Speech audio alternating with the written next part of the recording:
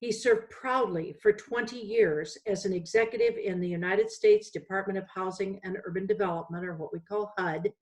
He also served for 7 years as an executive vice president of the National Corporation for Housing Partnership, which operated under a congressional mandate and was the largest owner and manager of affordable rental homes in the nation. He also served as a longtime director and chairman of the Community Preservation and Development Corporation, now called Enterprise Community Development, a robust and significant not-for-profit housing and community development corporation, now with a 14,000 unit portfolio in the Mid-Atlantic region. His involvement with affordable homes began in the Detroit area in the mid-1960s with the West Central Organization, the University of Detroit Urban Law Program, and the Highland Park Model Cities Program. So welcome, Conrad Egan. Hello, Nan, and thank you very much for that very kind and generous introduction. I also want to start by thanking the Academy of Homes and Communities, and of course our leader, Kent Watkins, and then of course you for organizing this series of podcasts. And it is an honor and a privilege to participate in them. So thank you for that. I think what I'd like to do, Nan, is to roll back to where and how I got started in all of this. You mentioned that my involvement in affordable homes started back in Detroit in the mid-1960s.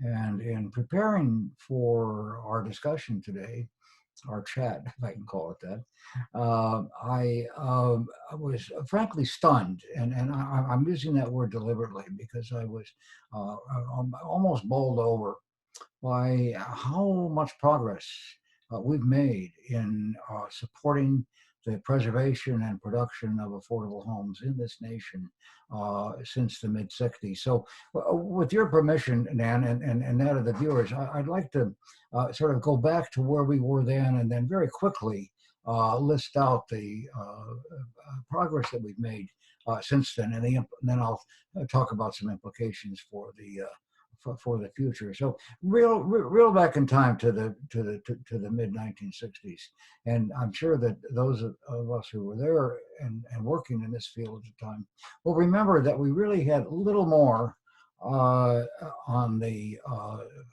support side than a relatively weak FHA, Federal Housing Administration, a very limited subsidy program based on a very modest, skimpy, if I can use that term, interest reduction strategy through the 221D3 BMIR program. You have to be careful how you say that. There are a few who can remember how to say 221D3 BMIR. Okay. Anyway, also on the equity side, when we were trying to raise equity to develop more affordable homes, it was what many of my friends and I call the Wild Wild West. The investors' interest was based on tax shelter, based on accelerated depreciation, and that was based upon whatever your accountant could get away with. So that's all we had. And now let me, if I could, list out those things that we have been benefited by since that time, only about 50 years ago. So first of all, starting as I did with the availability of capital, first of all, debt. Debt now is abundantly available through all kinds of financial institutions, through all kinds of lending programs, credit enhanced at the federal, state, and local level. And our nation's financial institutions, bless them, both small and large, are ready to step up and to provide debt for the development and preservation of affordable homes.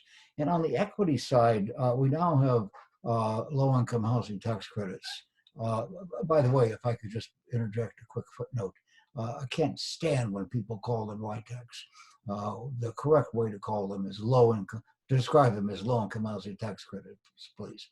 And this was the enactment in 1986 of the low income housing tax credit program was really an earth shattering or earth changing program in so many ways, because not only is equity now provided to an orderly, systematic, clearly visible, and readily monitorable system, but it also has provided a device that I would call self-enforcing for the owners and sponsors and managers of these properties. You mentioned that I worked at the Department of Housing and Urban Development for 20 years, and about a third of that, 7 years, 1979 to 86, I was in charge of the asset management of the whole FHA multifamily insured and subsidized portfolio. And up until 1986, we had to beat people with sticks, uh, almost literally, to get them to perform properly when it came to managing these properties. We had some very good sponsors, but we also had some pretty shady operators too. And it was a constant struggle to get them to perform. Um, Low-income housing tax credits came along and just changed the whole dimension of that relationship, because now the investors who were purchasing these tax credits for tax shelter through, as I said, a very structured, organized, visible system, were subject to a very heavy tax loss if any kind of if a foreclosure occurred, and if regulatory violations occurred. So automatically, these investors became the guardians of these properties, and all of a sudden, literally overnight, the enforcement problems disappeared, and now we have a much healthier, much better operating portfolio. And I want to just take a moment to thank Senator George Mitchell and Congressman Charlie Rangel and their staff people, Bobby Rosen and John Shiner, for that brilliant program that they put together, which also, by the way, provided, and I'll mention this again a bit later, for the enrichment and strengthening of the state housing finance agencies who allocate, and housing agencies who allocate these tax credits. Prior to that point, the HFAs at the state level and local level were banks, if I can use that term, whose function was little more than issuing private activity bonds and supporting single-family mortgages. Tax credits came along, and all of a sudden, they became the guardians and the watchdogs and the sponsors and supporters of good affordable homes in good strong communities. So thank you, George and Charlie and Bobby and John for that.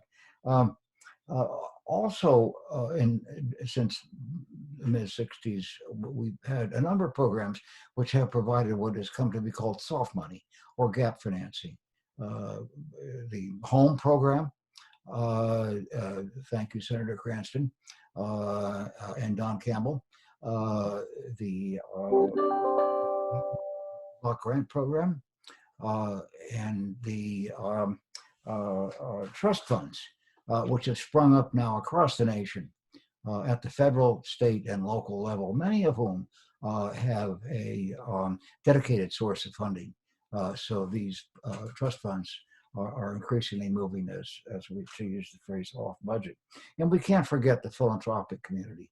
Look at the role, the strong supportive role that the major foundations like Ford, MacArthur, Rockefeller have played in this arena. And then also what I've come to call the intermediaries, the founding and now very strong performance of the Local Initiative Support Corporation, usually referred to as LISC. Of course, housing, the enterprise community partners, and then neighbor NeighborWorks America. We also have developed, again, with the support of often of those institutions, a very strong network of nonprofit, not-for-profit housing developers, sponsors, and managers who take their role of making sure that these properties are operating successfully very, very seriously.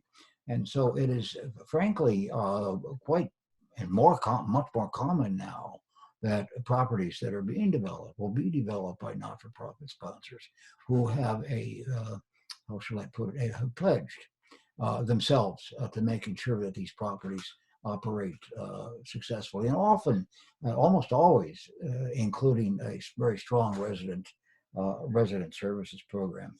And how could I forget the Section 8 program, man? Um, can you imagine reeling back in time to an era when we had no tenant subsidies available to us other than public housing, the very skimpy interest rate subsidy programs that I described earlier, and then Section 8 came along, and we figured out how to take vouchers, uh, tenant-based vouchers, and convert them also to project-based vouchers, and make them applicable and tie them to specific properties. And here I want to give former Secretary Carla Hills a strong pat on the back. Carla, a very innovative leader that she is, when she was the secretary, confronted two challenges. One, the voucher program had just been enacted, it was just getting off the ground. And as you especially will recall, Nan, public housing authorities were looking at it and saying, what is this? How do I deal with this program? I'm used to doing public housing, not vouchers. What's that? Anyway, as a result, the vouchers were going underutilized or unutilized across the nation. Also, simultaneously, mainly as a result of the energy crisis, which resulted in tremendous increases in utility costs at these subsidized properties that the tenants couldn't absorb because their incomes were inelastic. And whatever subsidies they were getting were very, very skimpy, as I previously described. So Carla said, gosh, golly gee, why don't we take these vouchers that are not being used by the public housing authorities and turn them into something called loan management set-aside, Section 8 assistance, which was allocated across the nation on a project-based basis and resulted in the salvation, the saving of literally hundreds of multifamily properties from default and foreclosure. I was the loan management officer in the San Francisco regional office of HUD at the time, and can speak very proudly of the properties that we saved in that region and across the nation through what has now come to be called LMSA. I also, by the way, don't like LMSA. Loan management set aside, please.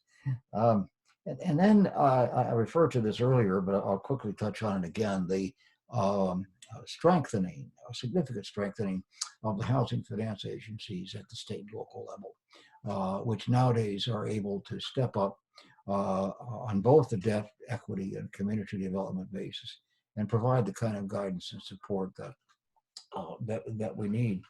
And I would be remiss if I didn't mention some of the national advocacy organizations that, again, didn't exist 50 years ago, like the National Low-Income Housing Coalition, the National Housing Conference, NAMA, National Leased Housing Association, NARO.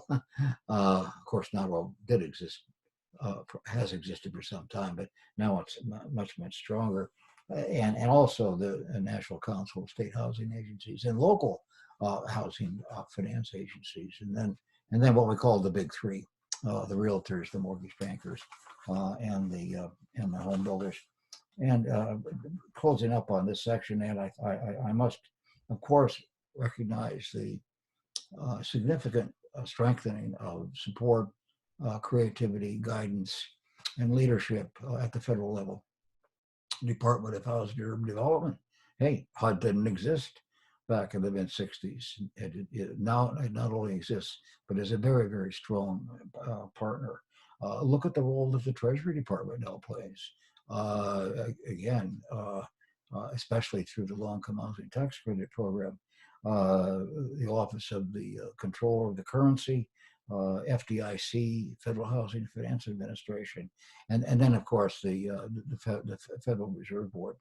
And a lot of their involvement, and I want to go back again to the availability of capital for affordable homes, comes from the Community Reinvestment Act, commonly referred to as CRA. And yes, it is okay to call it CRA, which transformed the way that the nation's financial institutions now are not only encouraged to participate, but are rewarded for their participation in developing and preserving affordable homes.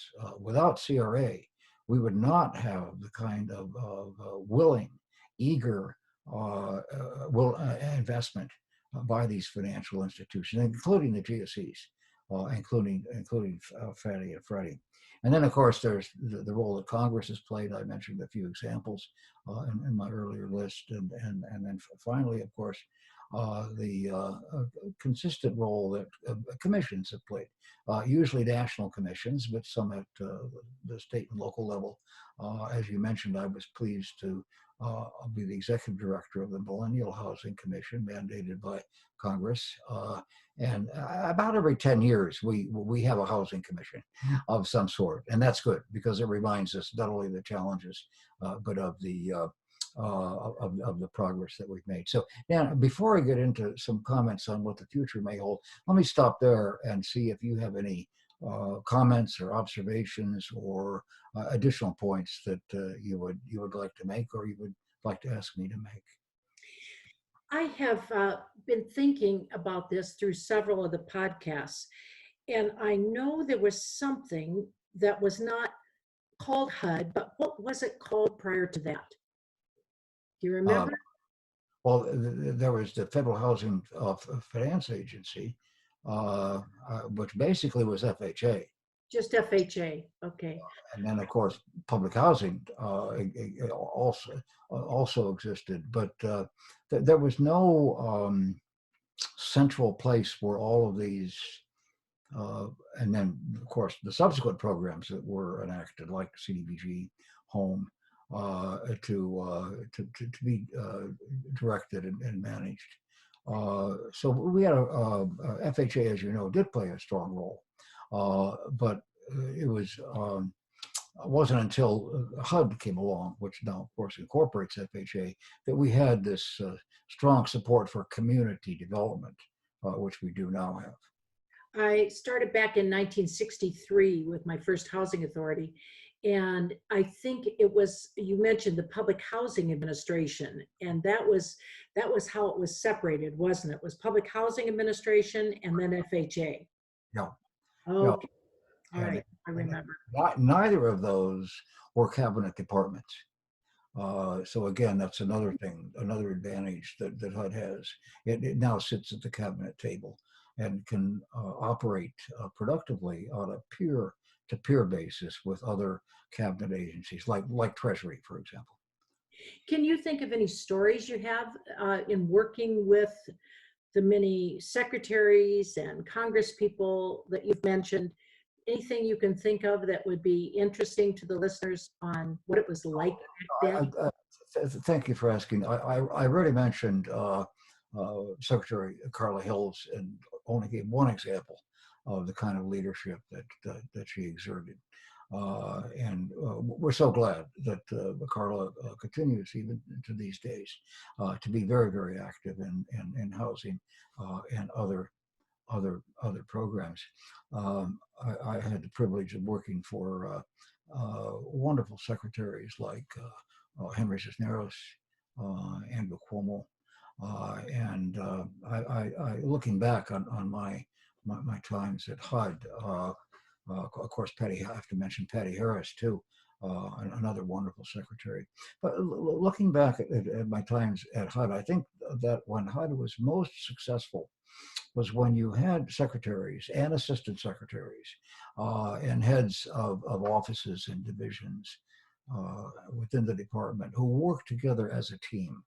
And I think maybe because I worked so closely with them, but I particularly remember the team that Henry Cisneros was able to pull together with Nick Ratsinas as the FHA commissioner, Joe Schuldiner as the head of the public housing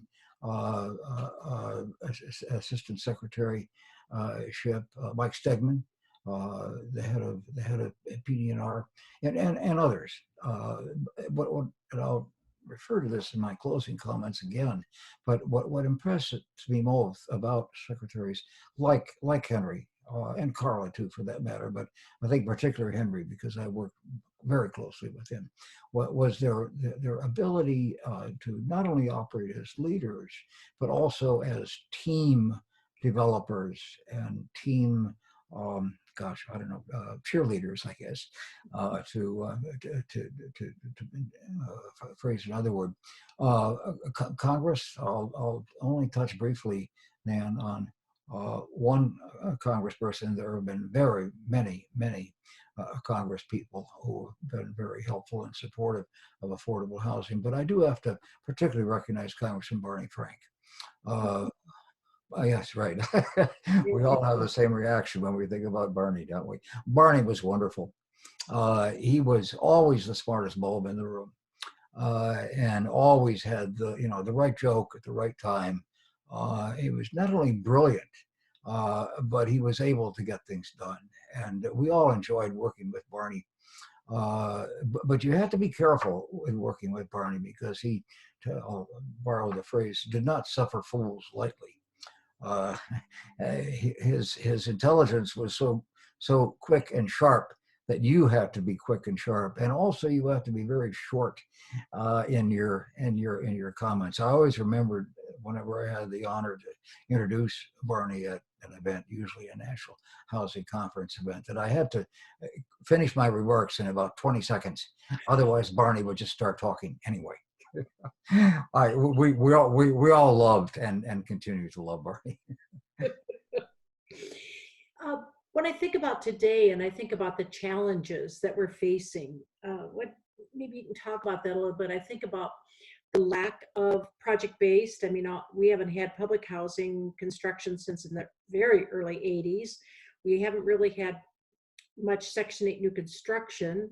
So we've got tax credit. Now we've got the project-based vouchers. But what do you think are the challenges today with just kind of those programs left? Well, thank you for asking that. And again, I want to go back and point out how far we've come in the last 50 years. When you're climbing the mountain, you don't often have a chance to look back, but sometimes you get to an easier going place and you could turn around and look back and see the progress that you've made. So my response to your question is that I think we have the tools that we need. I think we have the tools to raise the financing, raise the capital that's needed to develop housing. We have the tools to provide tenant subsidies, principally through the Section 8 program. But what we need to do, first of all, is to ramp up the support at the federal level from a funding standpoint. One of the things that the Millennial Housing Commission recommended, by the way, speaking of the Section 8 program, which is sometimes described as the program that ate HUD, because what's the percentage? 80% of the HUD budget goes into Section 8 these days. Some tremendously large figure, and that all has to come out of appropriations. Those funds all have to be legislated each year in the budget.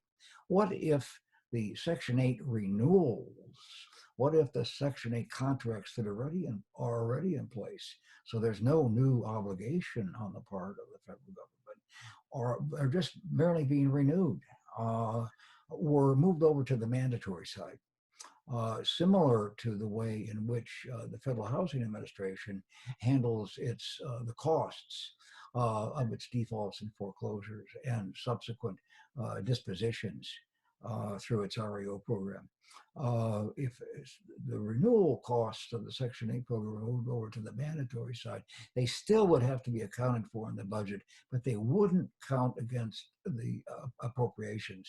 And therefore, I'd like to think that additional funds would be freed up for more Section 8 units. And just a side comment as we go past this opportunity, Nan, the rental assistance demonstration program, as you know, is basically a transition of the the annual contributions contract system for public housing, moving it over to a Section 8 type of support. And the phrase that I use is that RAD has enabled the public housing program to join the rest of the world of real estate. One of my commissioners on the Millennial Housing Commission, Renee Glover, actually came up with that idea, and we included it in our recommendations. We didn't call it RAD, but subsequently others came along and said, "Hey, that's a pretty good idea." And so now, as you know, it is the way that we're moving. But that also the consequence of that is that we're increasing the number of Section 8 units in order to feed RAD, which is a good thing. But also, those contracts are going to have to be renewed periodically, and therefore, I'd like to just maybe as a footnote recommend thinking about moving those renewal costs over to the mandatory side. But sorry for getting down into the weeds, probably too much there. But I wanted to make the following point. First of all, number one, as I said, I think we have the tools in place to get the job done. It's not a matter of inventing new devices, new tools. Our toolbox is full and sharpened and ready to be used. What we need are opportunities to develop many more affordable homes. And unfortunately, what we are confronting, and it's evidence of it is growing day by day in this country, is that the relationship, the ratio between supply and demand is getting way out of whack. There is now much more demand for homes, both rental and ownership, than there is supply. And so what's the consequence? Prices are going up phenomenally, astoundingly. Look at what's happening in California, for example, principally as a result of the gross mismatch between supply and demand in that state, and particularly in certain areas like the Bay Area. I was encouraged very much by, I'm sure you notice this too, by California's Governor Gavin Newsom just yesterday, or maybe the day before, in his State of the State address, devoting virtually his whole address to the challenge of eliminating and preventing homelessness. And he was very clear about one of the major causes for homelessness being that, gosh, people just can't afford homes. So what we need to do is to dramatically, and I can't overemphasize this point, we need to dramatically, significantly, and urgently increase the opportunities to develop more homes, including affordable homes. And so that means looking very carefully at our zoning laws, which in many cases are preventing the development and efficient use of land. It involves opening up more areas to what has come to be called the missing middle housing. Oftentimes the only options that we see right now are single family homes on relatively large lots and then high-rise buildings. Well, what about filling in that middle? Where are the duplexes, the triplexes, the quadplexes that we used to build? For example, the triple deckers in the Northeast, particularly in places like Providence and Boston. Let's bring back homes like the triple deckers, but that requires a change in zoning. Some areas have taken the leadership in that area. Minneapolis has come to be cited as the principal example where that city just totally eliminated, did away with completely single family zoning. So now all across the city of Minneapolis, you can build, of course, they have to be conforming uses and attractive uses and community supportive uses, but you can build a lot more of that missing middle housing without requiring any any any changes in zoning. Density is another thing that we need to work harder on. Increasing the density, upzoning, as it's sometimes called, of sites, particularly those which exist in transportation corridors near transportation stations. I was reminded just a couple of days ago, as you may have also reading about a bitter battle in, speaking of California again, Lafayette, California, which is a small community in the Bay Area. It just happens to have a BART station, a mass transit station in the community. And that community has been bitterly fighting the development of even one small multifamily property close to the BART station. By contrast, I do want to point to some who've been showing leadership in this area. I mentioned Governor Newsom a minute ago. I also want to point out again, as an example, right here in the area where I live, Mayor Muriel Bowser in the District of Columbia, who has announced and has made very specific her support for the dramatic increase in home construction in the District of Columbia. And she has, just for example, said that by year 2025, the District of Columbia is going to have 12,000 more affordable homes than it does now. And she is in the process, together with her team, of changing the zoning, and opening up opportunities and sites to enable the city to reach that goal. And surprise of all surprises, the preponderance, the vast majority of those units are proposed for the northwestern section of the city, which those of us who know about the District of Columbia know has historically not been a place where many homes, particularly affordable homes, have been constructed. So it takes leadership. It takes leadership like Mayor Bowser, like Governor Newsom, like the leaders in Minneapolis, to make the kind of changes that we're going to have to make. I'll close with just one more example about that leadership. In Fairfax County, where I live, and as you mentioned, chaired the Redevelopment and Housing Authority for some time. Our former chairman of the Board of Supervisors, Jerry Connolly, now Congressman Connolly, a few years ago when he was the chairman, was faced with loss of many homes, affordable multifamily homes that were being converted to other uses and condominiums, higher cost rental units. And so Jerry, and I can call him that because we know each other very well, said, we're going to, as a county, preserve and protect 2,500 homes that are going to become and remain permanently affordable. He established the goal. He put the tools in place, including a trust fund that enabled us to reach and actually substantially exceed that goal. So that's an example of what you can do with leadership. So Nan, let me stop there and see again if you have any additional comments or questions, observations. What would you say to a young person today that is thinking about getting into either government or the affordable housing field or something where they feel they can make a difference? Well, that's a very good question, Ann. And speaking of younger people, it reminds me that I want to go back and make one point about the comments that I just made about the changes that are going to be required at the local level to support the development of more housing.